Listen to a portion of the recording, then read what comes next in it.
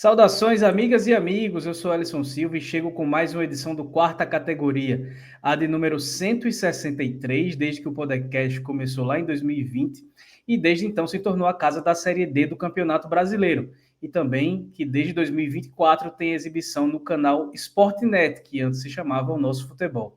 Como sempre, eu começo pedindo para vocês que nos escutam e que nos assistem que sigam a gente no @pcategoria, tanto no X, que é o antigo Twitter, ou no Instagram, e que compartilhe nossos episódios que estão nos tocadores de podcasts. E claro, diga aí também que a gente está toda semana na Sportnet, na Sky e também na Claro TV, chegando em todo lugar desse país com a palavra da Série D do Campeonato Brasileiro. Tivemos nesse último fim de semana e também na segunda-feira, na noite de segunda-feira, os jogos de ida, né, das oitavas de final da Série D do Campeonato Brasileiro. E não tivemos nenhum time com vantagem de mais de um gol de diferença. E em uma rodada com 3 dos 8 jogos terminados empatados, só o Maranhão conseguiu ser um mandante que venceu em casa. E para repercutir esses jogos, estão comigo meus amigos Felipe Augusto e Marcos Barcelos. Satisfação, meus companheiros. Um abraço, Ellison, Marcos e todo mundo que está nos acompanhando, né? Mais uma mata-mata de Série D, mais uma oitava de final de Série D.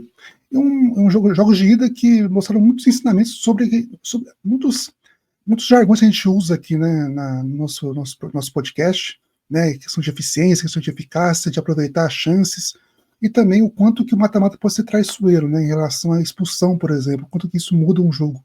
Então a gente vai repercutir bem esses 8 jogos de ida das oitavas de final.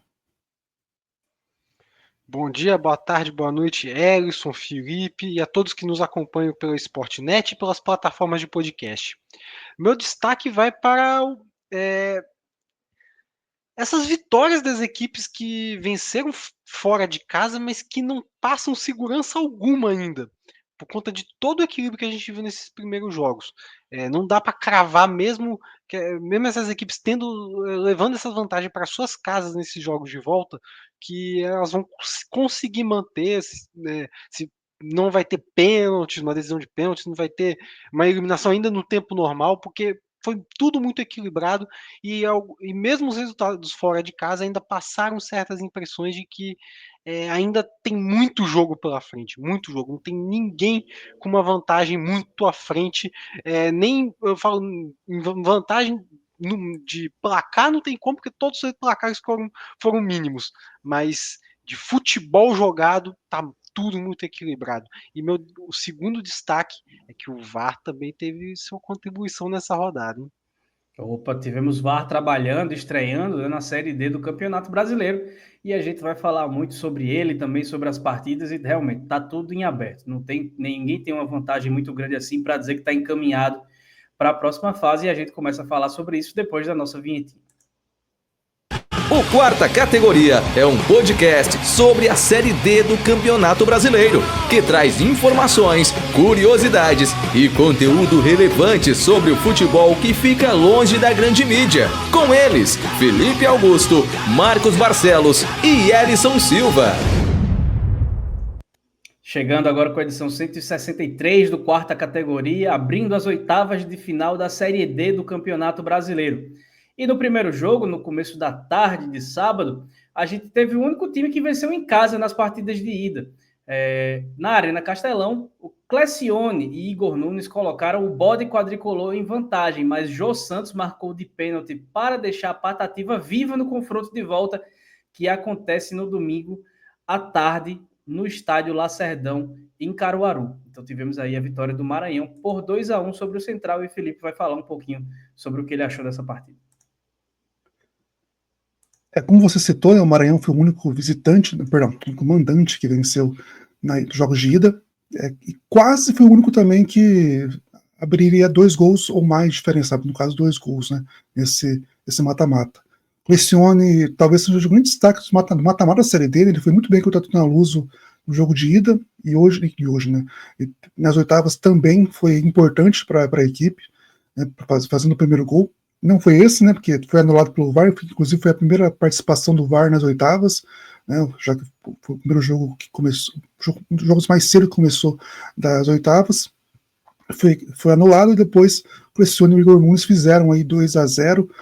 O Central até teve algumas chances, né, mas o Maranhão conseguiu ser mais eficiente, porém, no finalzinho, daí um pênalti surgiu, né, também com o auxílio do VAR, uma bola na mão do zagueiro do Maranhão, que fez com que o time desse o pênalti para o Central, e o Central se recuperou, né, o Central que não tinha perdido, né, fora de casa, era o único visitante invicto, e perdeu, né, logo no mata-mata, logo quando não podia. Claro que esse um gol, né, que fez aí, dá sobrevida para a equipe para conseguir fazer a força, né, do time em Caruaru prevalecer para tentar reverter esse placar, né. O Maranhão, que é uma surpresa no mata-mata, né, não se esperava que passasse com a vantagem que teve na primeira partida contra o Tunaluso, até sofreu um pouquinho, né, teve um desesperinho ali no finalzinho contra o Tunaluso no jogo de volta, mas de fato o mata-mata a equipe vem conseguindo fazer valer o mano de campo, apesar, né, de ser um estádio muito vazio, né, não tem uma pressão,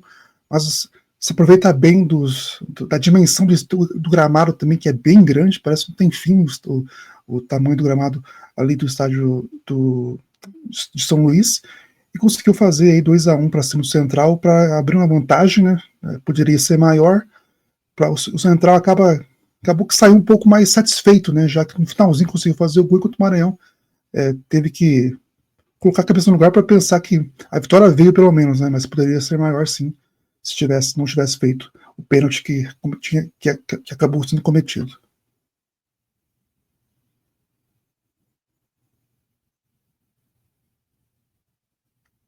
Marcos? Acho que ele travou, né? Acho que o Marcos travou e a gente tá vendo aí, né, o primeiro gol do Maranhão, né, marcado pelo Clecione, jogador que tem sido muito importante realmente para a equipe do MAC, o único mandante, repetindo, né, o único mandante que acabou vencendo nesses jogos das oitavas de final, né, venceu no Castelão, infelizmente, quase sempre com as arquibancadas bem vazias, né, e o experiente Jô Santos, que acabou diminuindo e recolocando o Central na briga. O Jô Santos, que inclusive está emprestado pelo Campinense, é um jogador que foi formado pelo Campinense em 2008, participou da campanha do acesso da Série C do Campinense em 2008, e voltou na última temporada, né, em 2025, está emprestado, vai voltar em 2026 para a Raposa, e está sendo muito importante para essa campanha da Patativa na Série D do Campeonato Brasileiro. Bom, foi uma partida que o Maranhão desperdiçou uma chance de sair com uma bela de uma vantagem, né? Eu até entendo que é difícil você manter um ritmo mais acelerado na segunda etapa, depois de um ritmo intenso do primeiro tempo, né? Achei que o Maranhão foi muito bem na primeira etapa, dominou as ações contra o Central, mas no segundo tempo não foi capaz de manter, não sei se por uma questão física, né? Ou também se o Central foi realmente mais dominante, né? Ou se foi uma combinação desses dois fatores. O fato é que o Maranhão talvez tenha cedido um campo demais até para o Central avançar, né? E a equipe pernambucana consegue se manter viva para o confronto da volta, né? Mas é inegável que foi um resultado importante para o Maranhão. A gente vê que a equipe está numa crescente nessa Série D, né? Desde a virada da primeira fase para a segunda, a gente viu uma classificação até, de certa forma, imponente diante da Tunaluso pelo que fez no jogo da ida.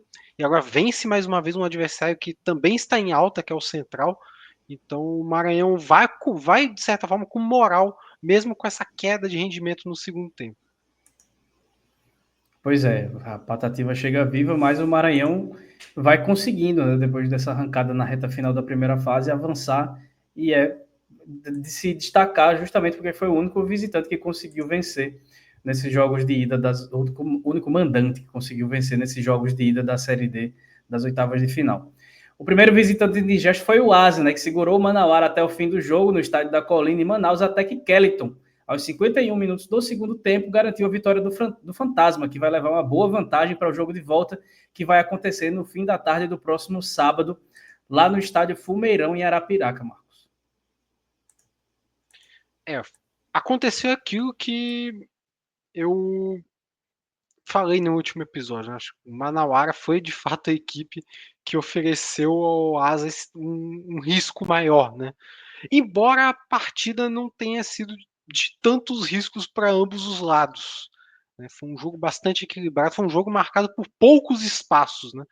Mas foram duas equipes que também não se envergonharam também de arriscar de fora da área, né? Por conta dessa falta de espaço que teve durante a partida, né? Foi um jogo que as equipes tiveram muita dificuldade de uma entrar na área da outra, o que mostra que o Manauara não estava para brincadeira, né? Não estava jogando em casa, não ia ceder muitos espaços para o Asa, coisa que aconteceu contra o Ferroviário, né? O Asa pôde construir uma vantagem segura já no jogo de ida, uma vantagem por 1-0, mas poderia ter sido mais. Nesse jogo, o Asa teve muito mais dificuldade, né? E na única vez que o Asa conseguiu entrar na área com um pouco mais de qualidade, a equipe de Arapiraca saiu com a vantagem, isso no último minuto da partida. Então, o Manauara conseguiu até o último instante segurar um 0-0 que para um jogo de volta, mesmo um empate em casa, seria fundamental. Agora, esse gol, essa desvantagem, já deixa o Asa com um passo à frente na briga pela vaga. Mas como eu falei no início do episódio, o desempenho do Manauara, mesmo perdendo, dá uma certa impressão de que o jogo ainda está em aberto, né? O Asa, né, contra o Ferroviário na primeira partida, que também foi fora de casa, né, na segunda fase, o Asa sofreu mais, né, digamos. O Ferroviário teve chances claras de fazer o gol e acabou não tendo a eficiência que o Asa teve, né? Conseguiu fazer um gol no segundo tempo, logo no início, e dessa vez contra o Manauara, como o Marco citou, né, não foi um jogo equilibrado, muitas chances, né? A maioria das chances criadas em chutes fora da área. Inclusive o Kellyton, né, fez uma finalização aos 30 do segundo tempo, que passou com um certo perigo, e depois ele participou efetivamente do gol, né, conseguiu fazer o gol para o Asa. Né? O Manauara teve alguma chance, o Asa também, o Asa se aproveitou muito do contra-ataque, mas o Asa também não teve aquele risco assim tão grande de tomar um gol, assim como o Manauara também parecia que não tomaria. O jogo parecia caminhar para um 0-0 mesmo, mas acabou que o Asa foi de novo eficiente, né, na partida de ida, né, fora de casa novamente, conseguiu fazer 1-0, leva uma boa vantagem para Arapiraca, mas é aquilo, né, o Manauara tem um time de muita qualidade, o Asa tem a força no estádio, né, vacilou algumas vezes essa Série D como mandante, mas de fato uma vantagem é sempre mais importante, né, ainda mais jogando da maneira que jogou, né, conseguindo aí no finalzinho fazer 1-0 e levar essa vantagem para o Coaraci da Mata. E o Kellyton que fez esse gol é sempre bom lembrar, né? Que ele fez também o gol do acesso no Asa na série, o gol do acesso do Volta Redonda na Série C para a Série B do ano passado. O Kellyton foi importante, mesmo sendo no banco de reservas, ele entrava no decorrer das partidas e foi dele o gol que garantiu o acesso do Voltaço para a Série B. Ele estava emprestado pelo Asa para onde voltou essa temporada. Ainda no sábado, no Abadião, o Ceilândia marcou logo cedo com Kennedy, aos 11 do primeiro tempo. Mas quando a vantagem parecia certa, Simon foi buscar o empate aos 45 da segunda etapa, deixando tudo igual para a partida de volta na Arena da Barra, no próximo sábado, onde teremos aí o reencontro entre Ceilândia e Barra, tudo igual, em caso de novo empate, decisão por pênaltis. O que é que você imagina aí desse confronto do próximo sábado e o que é que você viu também dessa partida realizada nesse jogo de ida, Felipe?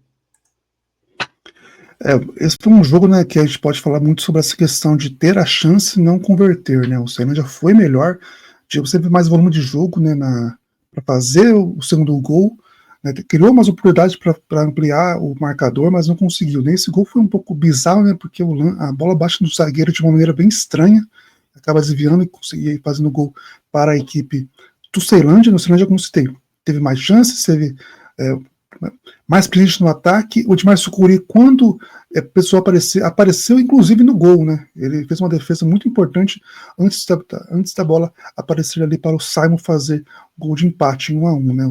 E acho que esse jogo também esse jogo ele relata bem o que é um mata-mata de Série D, né? Como citei, né?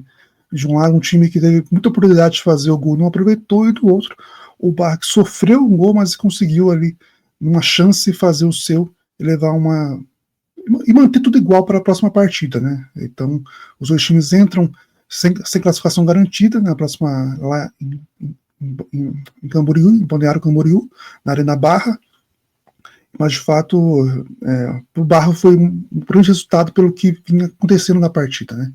No finalzinho ali do segundo tempo, não no finalzinho, mas na meia hora final da partida, conseguiu ter mais chance, né? A gente está vendo ali essa penalização, depois o Sucuri apareceu, foi importante para segurar o resultado, mas depois acabou que o Simon fez o gol que garantiu o empate, uma boa posição, mas que de fato o jogo está bem aberto ainda, não tem nada definido. O empate pro Ceilândia foi dolorido demais, né? Porque mesmo nos melhores momentos do Barra, ainda assim senti que não foi o melhor futebol que a equipe do Barra pode apresentar, né? O Ceilândia, quando foi melhor na partida, amassou demais a equipe do Barra, poderia ter feito 2-3-0, né? O Barra só começou a agredir mais mesmo, já na reta final da primeira etapa, e no segundo tempo teve mais controle da posse de bola, claro, né? Precisando desse gol de empate, acabou ficando mais com a bola, e o Ceilândia tentando buscar os espaços para contra-atacar, mas também sem sucesso, né? Mas mesmo assim o Barra pouco apresentou em relação ao que o Ceilândia apresentou quando foi melhor, né? Quando teve seu momento mais agudo na partida. Então, para o Ceilândia, péssimo resultado esse empate, né? Da forma como aconteceu, talvez o empate mais dolorido aí da rodada, e o mais comemorado pro lado do Barra, que conseguiu sair no lucro, né? Porque teve um desempenho um pouco abaixo, né, do que a gente espera do Barra, mesmo jogando fora de casa. Mandar um abraço para o nosso amigo Sérgio Souza, né, que esteve no Abadião torcendo para o Gato Preto, mas tem uma fama que não é muito legal, também não levou sorte para o nosso time candango aí, mas está na torcida pela classificação no jogo de volta. Um abraço para o Sérgio, que está sempre acompanhando a gente aqui no quarta categoria. E aí, para finalizar as partidas do último sábado, né, a Inter de Limeira teve uma penalidade marcada com auxílio do VAR, que a gente já trouxe, né, estreou nessa fase da Série D, e o pênalti foi convertido por Lucas Douglas para largar com vantagem sobre o Rio Branco, com a vitória por 1-0 no jogo que aconteceu no Kleber Andrade. A partida de volta, Marcos, vai ser no próximo sábado em Limeira. Situação complicada agora para o Brancão reverter isso e seguir nessa briga pelo acesso, que é o objetivo, que é o grande objetivo do clube. É complicada, mas não impossível, né? Partida de ida mostrou muito bem que o Rio Branco está vivo nesse confronto. E é engraçado porque eu tenho o costume de cobrar bastante das equipes capixabas quando vencem, né? Mas e às vezes eu consigo achar mais coisa positiva quando o time perde, né? E a postura do Rio Branco foi mais ou menos o que aconteceu nesse jogo do Rio Branco, né? O time acabou perdendo, né, para a Inter de Limeira, e o jogo ficou difícil para o Rio Branco a partir da expulsão do Diego Guerra, né? Ainda nos primeiros 15 minutos da primeira etapa, ele parou um contra-ataque da Inter de Limeira cara a cara, né? O jogador ia sair cara a cara com o goleiro Fernando Henrique, ele fez a falta, e o árbitro não teve dúvida e expulsou direto o zagueiro do Rio Branco. E aí a Inter de Limeira fez o que se espera de um time que tem um jogador a mais, né? Teve mais o controle da posse de bola, embora não tenha sido uma equipe tão criativa, mas foi criativo o suficiente para conseguir um pênalti, né? E um pênalti bem marcado, acabou sendo um lance revisado pelo VAR, né? E o árbitro do Mato Grosso do Sul acabou apontando para a marca da Cal, e o Lucas Douglas bateu bem, deslocou o goleiro Fernando Henrique para abrir o placar. Mas o que me faz elogiar o Rio Branco nessa partida foi a postura no segundo tempo, né? E também diz um pouco sobre a Inter de Limeira, porque quando um time tem um jogador a mais, ainda mais no mata-mata difícil que é a Série D, no mínimo se espera que a equipe que tenha a vantagem numérica não corra riscos, né? E a Inter de Limeira correu riscos demais na segunda etapa. O goleiro Saulo precisou salvar pelo menos umas 2 vezes a equipe de sofreu um empate, né?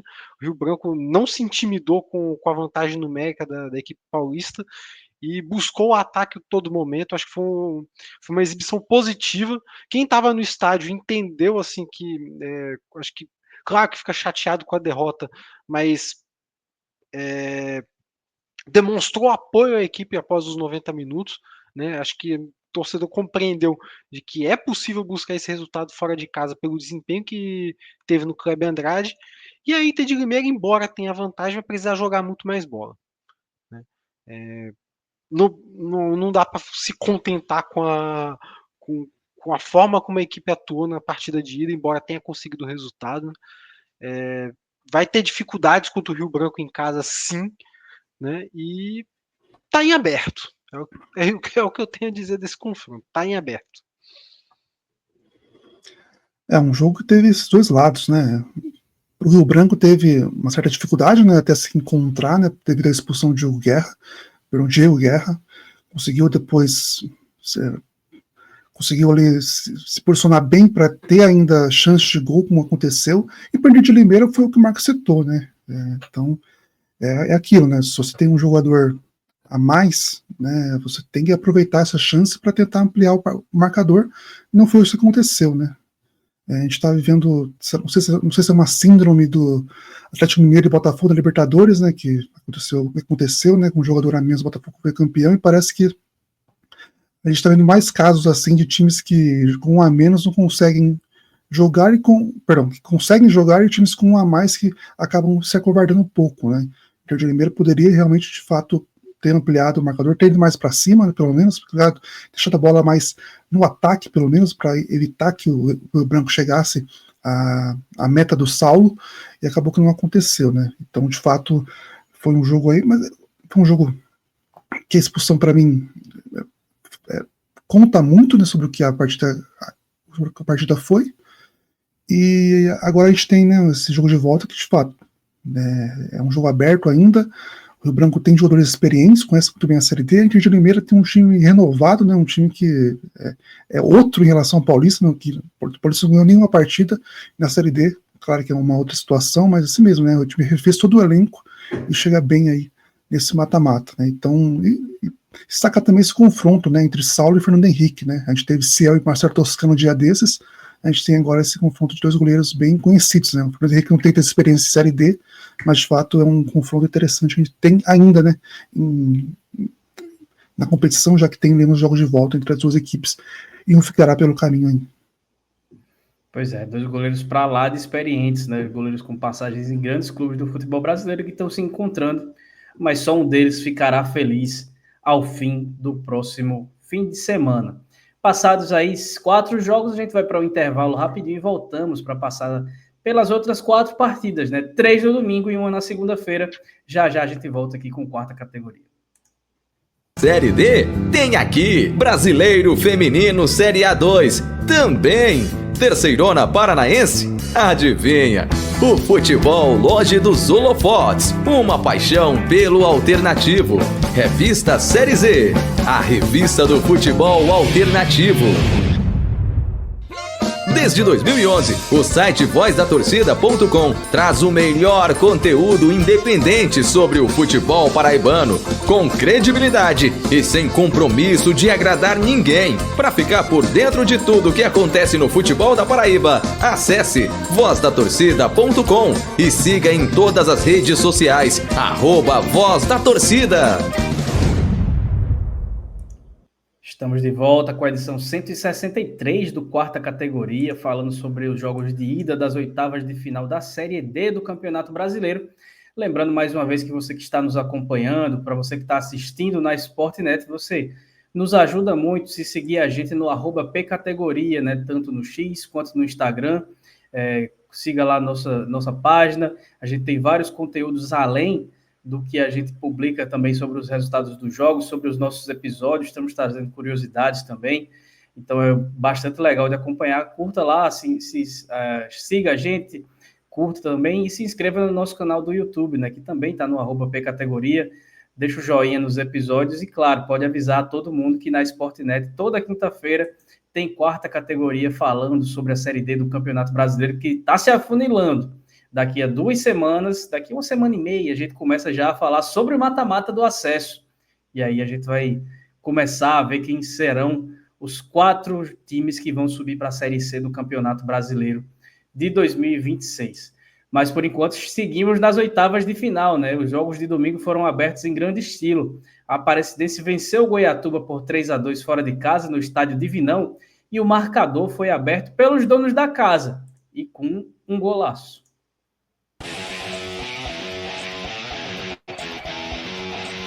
Do Goiatuba com Joninha, pela ponta esquerda, acelerou Joninha, na ultrapassagem, pediu, recebeu de Sumita, saiu o goleiro, fitou o goleiro, bateu e tá lá dentro!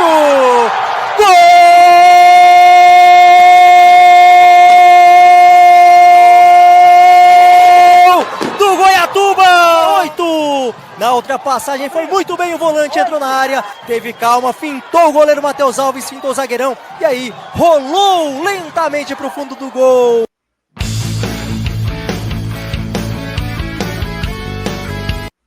E tivemos também um momento aquele nessa partida, né? Porque o empate da Aparecidense veio com o Renan Gorni, ex-Botafogo, Paysandu, Remo, América de Natal, Portuguesa, Sampaio Corrêa, que acabou deixando tudo igual, e o Camaleão leva vantagem para o jogo de volta, né? No Aníbal Toledo, no próximo sábado, Marcos. O Goiatuba acabou perdendo em casa para a Aparecidense por 3-2. Não sei, vamos ver se a Aparecidense não vai deixar ou causar os mesmos sustos que acabou trazendo para o seu torcedor na fase anterior contra o Maricá, né? Quando venceu fora e quase se complicou em casa. Eu acho que a Aparecidense deve estar um pouco mais ligada, né, para esse confronto de oitavas de final, até porque se aconteceu contra o Maricá, que era uma equipe que a gente não esperava que fosse endurecer o jogo lá em Aparecida de Goiânia, né? Agora a chance de ter a vida dificultada diante do Goiatuba é até maior por conta até da campanha do próprio Goiatuba, que é muito melhor fora de casa do que dentro de casa, né? Agora, o meu destaque desse jogo, né, é para aquilo que a gente falou no episódio anterior, né? Que o pessoal pode criticar à vontade, falar que a gente solta umas bobeiras aqui também, né? Só um parênteses, né? Que além do golaço e do momento aquele, a gente teve ainda a lei do ex, né? Tivemos tudo nesse jogo, porque o Alex Henrique fez esse gol aí para o Goiatuba também, para voltar a empatar o jogo por 2-2. Exatamente. Mas voltando à minha fala, é o seguinte, né? A gente pode de vez em quando soltar algumas polêmicas aqui, a gente pode se queimar com nossos espectadores e ouvintes, né? Mas de vez em quando a gente acerta também a boa aqui, né? Foi falado nesse episódio que esse era um confronto para a gente ficar atento, né? É um confronto até, como o Felipe falou, né? Para quem não conhece a série dele, é um confronto muito legal de se assistir e foi comprovado, né? Para mim é o melhor jogo dessas oitavas de final. Inclusive, para quem já acompanha o podcast há mais tempo, né? Lá desde os primórdios, passou uma certa vibe daquele confronto entre Aparecidense e Mirassol em 2020, aquele jogo aberto, franco, né? Aquela trocação de fato, né? Em jogo com bastante gols, né? E foi bem bacana de ver, né? O Goiatuba é uma equipe que em casa joga bem aberto, joga e deixa o adversário jogar, né?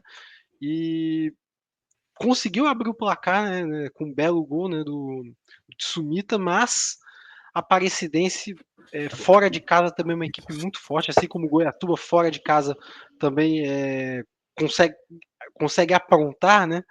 E a Aparecidense conseguiu buscar a virada ainda no primeiro tempo, né? Algo que a gente já espera esse tipo de postura da Aparecidense, uma equipe que, por ter tanta experiência na competição, não se deixa abalar com esse tipo de adversidade, né? Na volta do intervalo, o Goiatuba até aprontou de novo, né? Deixou o placar tudo em igualdade, mas a Aparecidense teve a cabeça fria para conseguir essa vantagem para o jogo da volta. Mas, repito, vai correr risco sim, né? Até pelo histórico do Goiatuba na competição, e a Aparecidense tem que estar mais ligada para esse jogo de volta, né? Já, até por conta da experiência que teve na fase anterior. O Goiatuba mostrou, né, porque que é o pior visitante entre os times que estão nas oitavas, mas, por outro lado, como o Marcos citou, né, como visitante, eu falei visitante ou mandante? Eu acho que eu errei. Ele é o pior mandante. O pior mandante, exato. Mas é um dos melhores visitantes, né, eu acho que é o melhor, inclusive. Então isso dá uma sobrevida, né? Dá uma confiança ainda de que a equipe pode avançar de fase, né? Eu falei muito sobre na primeira fase, né? Sobre o trio de ataque da Tuna Luz, né? Ronald, Alex Silva e o Jaime, né?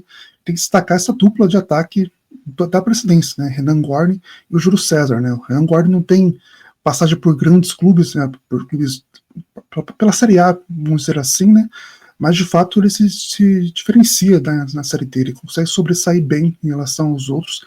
Não chega a ser, por exemplo, o Souza do América, que está um patamar acima, mas ele consegue se destacar bem na competição, nos jogos, e assim foi assim novamente nesse jogo contra o Goiatuba, né? E só um fato, eu acho engraçado, não sei se para vocês é engraçado, é que o Alex Henrique, né, ele é um jogador ex-aparecidense. No gol de Sumita, ele comemora muito o gol, né? E quando ele faz o gol, ele não comemora, né? Em respeito à presidência, mas é um caso bem interessante, né? Porque ele comemora muito quando o outro jogador do time faz o gol, mas quando ele faz, ele fica mais tranquilo, né? É um fato, é uma questão que eu tenho algumas dúvidas sobre isso, mas é engraçado pelo menos. Eu sempre tenho muita ressalva você não comemorar gol contra esse clube, né? Por mais que você tenha muita história, você está defendendo outra camisa, cara. Você tem que pensar no clube que você está defendendo, não no outro onde você jogou. Então, acho que de certa forma, dependendo, assim, às vezes até desrespeitoso contra o clube pelo qual você joga agora. Essa questão de não comemorar um gol, inclusive um gol que pode ser muito importante aí.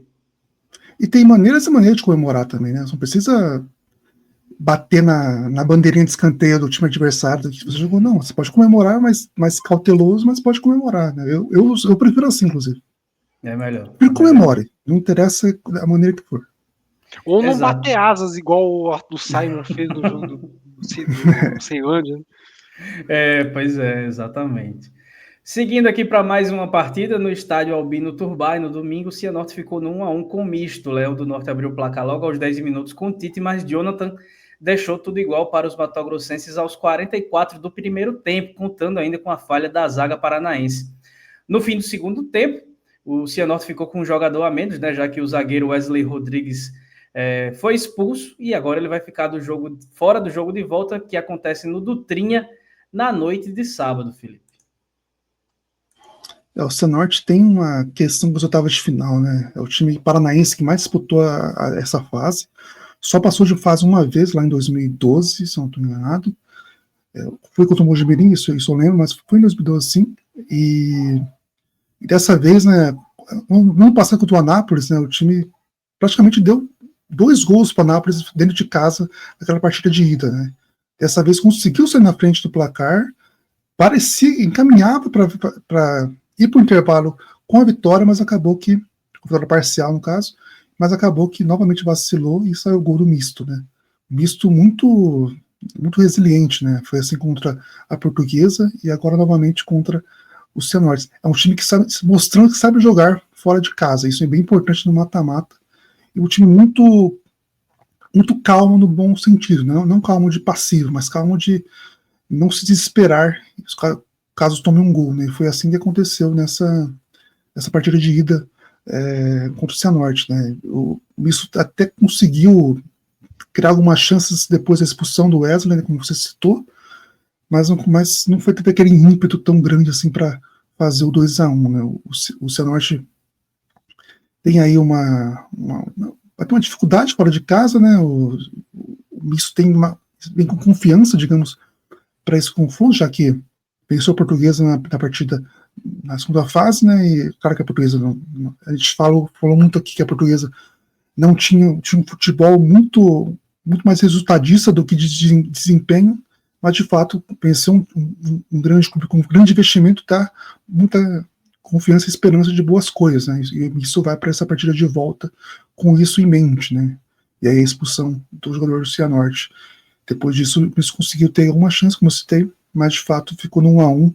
Foi um jogo, acho, um resultado justo, de certo modo, né? As duas equipes produziram para empatar e para fazer gol, né? Que acabou foi um para cada lado. Eu diria que, de certa forma, né, o misto achou um empate, né, porque vinha de um primeiro tempo que o Cianorte foi bem melhor, né, produziu muito mais do que o misto. Eu diria que foi até aquela coisa de um ataque e um gol da equipe mato-grossense na primeira etapa, porque o domínio foi completo da equipe paranaense, né? Mas achou um gol e teve a competência de segurar, né? O que às vezes é bem difícil, né? Quando uma equipe joga num nível mais abaixo, assim, né? A qual é amassado pelo adversário, né? De você ter essa competência para segurar um resultado, mas o misto teve um comportamento muito positivo na segunda etapa, não correu riscos, né? Achei que o jogo até ficou um pouco mais truncado no segundo tempo, né? Inclusive levou um certo risco, né?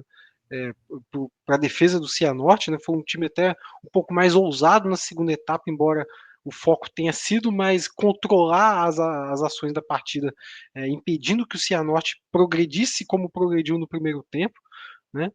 Então, assim, se teve um mérito a equipe do Miss nesse jogo foi de aproveitar um empate que surgiu assim e ter a competência de segurar, embora não tenha feito uma grande partida.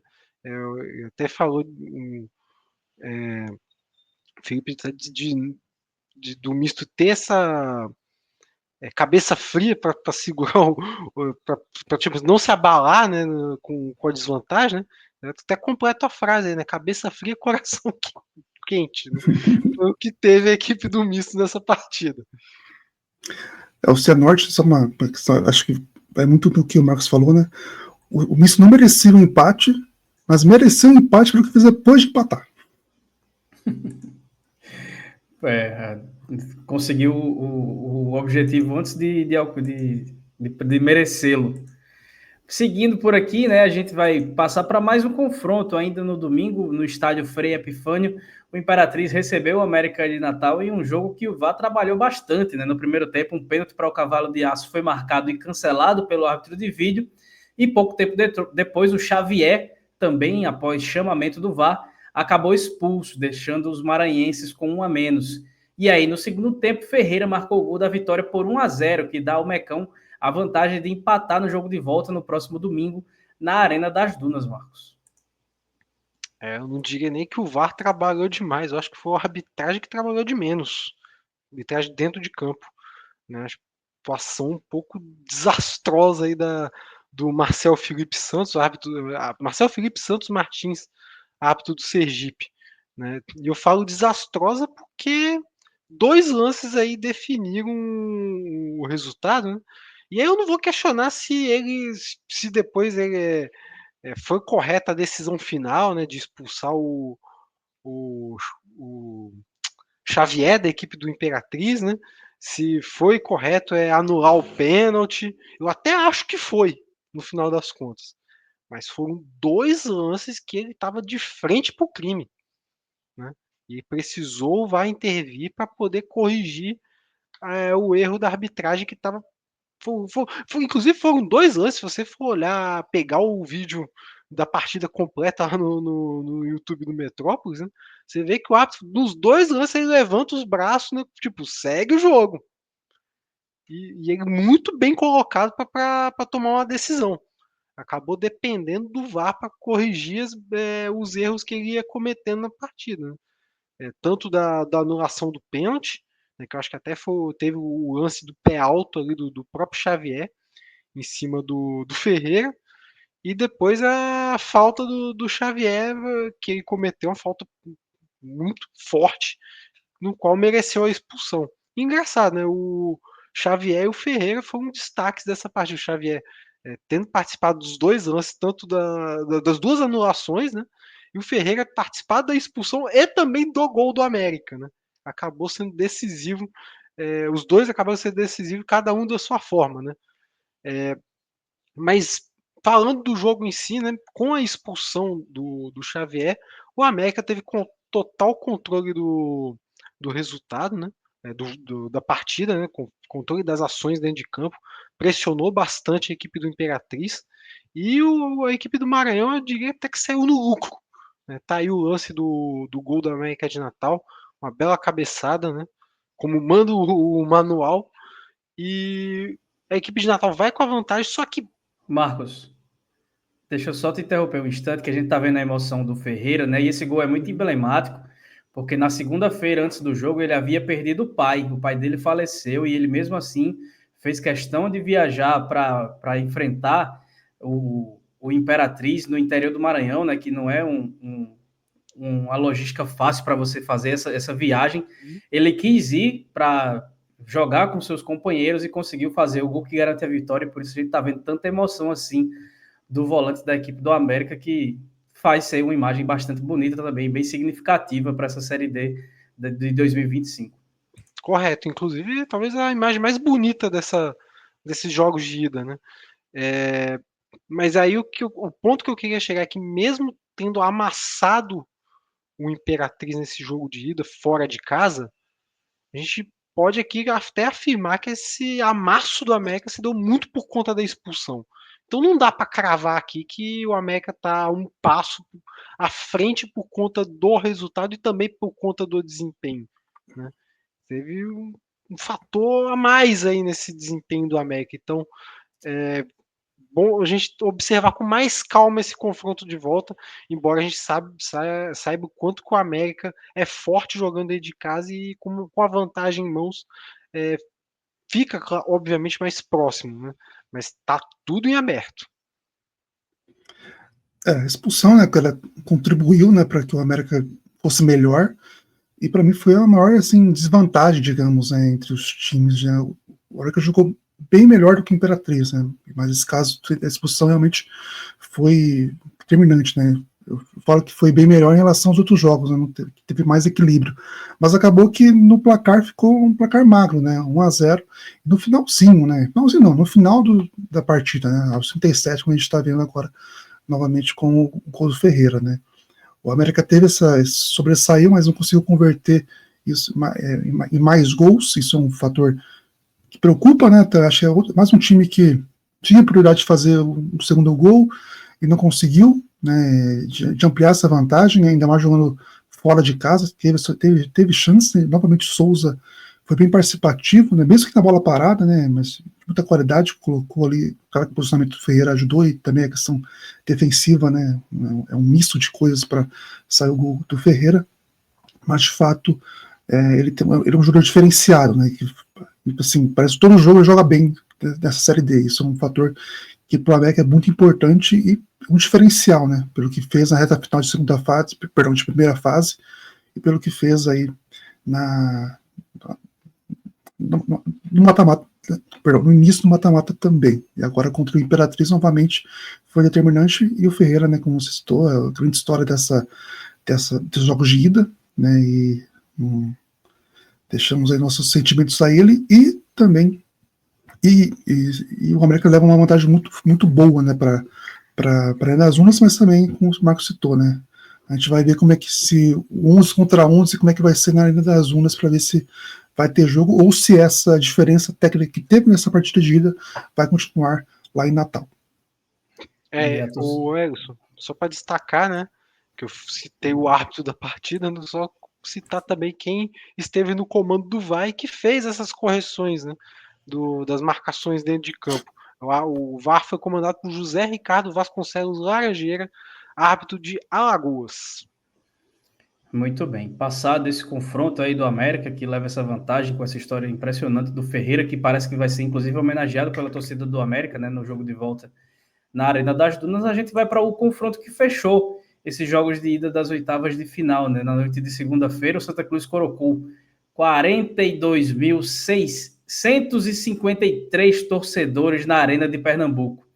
Mas eles não saíram felizes, né? O jogo até começou com festa, porque o zagueiro William Alves abriu o placar logo cedo no primeiro tempo para a Cobra, mas no segundo tempo Mikael marcou o gol de empate, comemorou com Marra, né? Marcou de peito, um gol bonito de peito, né? Comemorou com Marra, pedindo para a torcida do Santa Cruz baixar um pouquinho o volume, e deixou tudo aberto para o jogo de volta, que está, nesse momento da gravação, está marcado para o Lindolfinho, né? Para o Lindolfo Monteiro, na noite do próximo domingo, e é o confronto que vai definir o último classificado para o mata-mata do acesso, em um jogo que teve também como um dos momentos de seu auge a briga dos jogadores do Santa Cruz com o motorista da ambulância, que foi falar com a arbitragem e tudo mais, uma confusão danada, um momento bem ridículo, para falar um português bem claro.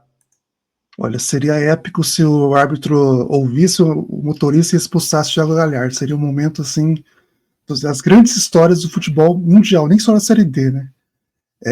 O Santa Cruz, né, começou melhor do que o Altos, né? Conseguiu fazer um gol aí com o William Alves logo no início. Mas na segunda metade do primeiro tempo, o Altos começou a ter mais espaço, conseguiu chegar mais ao gol. E o Rock Kennedy, né, que é muito criticado, novamente apareceu, né? Ele foi determinante para manter o zero do Altos do placar no primeiro tempo. No segundo tempo, o Santa Cruz voltou melhor, né, conseguiu ali manter a bola no campo ofensivo, deixando o Altos um pouco mais longe da meta do Rock Kennedy. Mas acabou que novamente o time caiu de produção e assim, o Marcelo Cabo para mim foi determinante nisso. As substituições dele, as alterações dele foram determinantes, né? Teve até um caso, né? Agora não vou me lembrar qual jogador que saiu. O Thiago Galhardo foi reclamar com o Marcelo Cabo por ter tirado um jogador que estava bem na partida, né? E logo depois acabou que aconteceu, né? Essas mexidas fizeram que o Altos melhorasse. O Santa Cruz piorou um pouquinho, não caiu de produção e acabou que o Mikael fez o gol aí do Altos, né? Um placar justo, né? Pelo que aconteceu, né? As duas metades, né? As duas primeiras metades dos dois tempos, o Santa Cruz foi melhor, mas nas duas metades finais dos dois tempos, o Altos foi melhor e conseguiu fazer esse empate 1-1. Destacar também, né, a questão dos números, né, da torcida, né? O Sport e Náutico juntos não colocaram colocaram menos pessoas no estádio do que o Santa Cruz nessa segunda-feira, né? Segunda-feira é um dia meio polêmico de futebol, mas foi muito bom ver um jogo desse tamanho na Série D uma segunda, ainda mais que teve até a Série A, teve jogos da Série B, mas chamou atenção até em números, né? Logo depois da partida, e destacar, antes de falar disso, destacar esse quase golaço, que para mim seria o golaço da Série D. Caso acontecesse, o Careca foi muito bem, né? O Renato foi muito bem no voleio e o Careca foi melhor ainda na defesa, né? Destacar os números, né, que a Série D vem alcançando e vem demonstrando, né? Logo depois que acabou, já tinha a visualização do jogo entre Altos e Santa Cruz era de 300 mil, mais de 300 mil, então foi assim, muita gente passou pelo jogo e acabou que deu esse número bem relevante, né? E o gol que o Mikael, como citou, um gol bem estiloso, né? Depois ele provoca a torcida do Santa Cruz e depois disso aconteceu o caso da ambulância, né? Que o jogador do Altos teve que sair de ambulância, um choque de dois jogadores do próprio time, acabou que um deles, não me lembro agora o nome, Jesus aí tentando salvar o Santa Cruz. Tentando abençoar o Santa Cruz, mas dessa partida de ida não aconteceu, né? Então ficou no 1-1 aí. Digamos que se beneficiar os dois. Bom, foi engraçado nessa partida para mim foi que se a gente for avaliar tempo a tempo, né? O Santa Cruz terminou o primeiro tempo vencendo, o Altos diria que venceu a segunda etapa, né? Mas nenhum dos dois placares foram tão merecidos assim. O Santa não merecia ter terminado o primeiro tempo vencendo pelo volume que o Altos teve na primeira etapa. E no segundo tempo, o Altos só mereceu o gol de empate pelo que fez no primeiro tempo, não pelo que fez no segundo. Foi uma coisa meio misto ali, né? Misto e Cianorte, né? Só que assim, uma grande partida. Acho que talvez o melhor jogo, o segundo melhor jogo ali, né, dessas oitavas de Série D, junto com Goiatuba e Aparecidense. Foi uma grande exibição das duas equipes, né? Embora o Santa Cruz tenha tido uma queda de rendimento por conta das alterações feitas pelo Marcelo Cabo, né? Mas assim, foi um jogo bastante animado, lá e cá, né? Assim, um jogo que a gente é o padrão que a gente espera para um confronto de mata-mata de Série D, né? Que duas equipes que não se acovardem no confronto, por ser a primeira partida, né? Geralmente tem aquela coisa das duas equipes se estudarem mais no primeiro duelo, e não foi o caso desse jogo, né? O Santa Cruz partiu para cima logo no início, fez o seu gol, o Altos buscou o resultado a todo momento, agrediu bastante a meta do goleiro Rock Kennedy. Na segunda etapa, o Santa Cruz seguiu agredindo a a meta do goleiro Careca da equipe do Altos. O Altos também não se intimidou, também sempre que possível machucava a meta do Rock Kennedy. Então, assim, jogo franco e tudo em aberto. O torcedor do Santa Cruz sai com uma dor maior, né, por ter tomado esse gol de empate no segundo tempo, quando o Santa estava até melhor na partida. Mas se há algo que o torcedor do Santa Cruz pode se apegar, né, já que o torcedor do Altos pode até se apegar por questão de retrospecto, né, o torcedor do Santa pode observar um pouco melhor a campanha do Altos e ver que o fator casa não é tão preponderante para o sucesso do Altos nessa campanha de Série D. O Altos é melhor, um pouco até melhor fora de casa do que dentro de casa. Muitos empates, né, nessa campanha do Altos ao longo da competição, né? Então, mais uma vez, é a frase da vez nesse programa, né? Está tudo em aberto. Pois é, passados agora todos os confrontos, né, dessas partidas de ida das oitavas de final da Série D do Campeonato Brasileiro, agora a gente chega a hora das considerações finais. Felipe, Marcos, fiquem à vontade. Bom, quero fechar, né, falando sobre 2026, né, ou 2027, né, já que uma semana bem agitada em relação à Série D, né, não só pela mata-mata, né, pelas oitavas de final, mas também pela possibilidade, né, quase certa de que vai aumentar o número de vagas, né, para a próxima temporada ou para a 27, né, com os times que passarem para a segunda fase, né, terem vaga garantida para a próxima edição, um fator que acho bem interessante. Tem a questão de possivelmente, né, ter a perda de jogos, um número menor de jogos na primeira fase, mas pelo menos serão mais jogadores trabalhando, né. E só um comentário de bastidor, né? Eu ainda não quero pensar como é que eu vou fazer um guia de 96 times, caso se confirme, porque assim deve se confirmar, não sei se para 26 ou 27, mas não quero pensar nisso agora não, porque vai dar muito trabalho. Não vamos sofrer por antecipação. Primeiramente, agradecer por mais um episódio de quarta categoria. E se no episódio passado eu dei destaque para os times que subiram da D para C, né? Eu quero dar agora um destaque para as equipes que passaram por esse programa e estão hoje na Série B do Campeonato Brasileiro, né? De todas essas equipes que a gente comentou aqui no podcast, o que está melhor encaminhado ao Novo Horizontino. Embora seja a equipe que perdeu na última rodada para o Coritiba, tem muitas equipes ali na cola do G4, mas a equipe do Novo Horizontino vai se mantendo entre os 4 primeiros, né? E vai fazer uma campanha semelhante ao que fez ano passado, quando brigou até o final, né? E a tendência é que continue brigando até a última rodada por esse acesso tão sonhado, né? Das outras equipes, a gente viu a Ferroviária, que está ali no meio de tabela, depois de ter passado muito tempo ali próximo à zona do rebaixamento, começa a engatar uma boa sequência, e a gente vê que pode ser uma equipe que tem uma permanência na Série B um pouco até tranquila, né? Em comparação ao que foi o início da competição.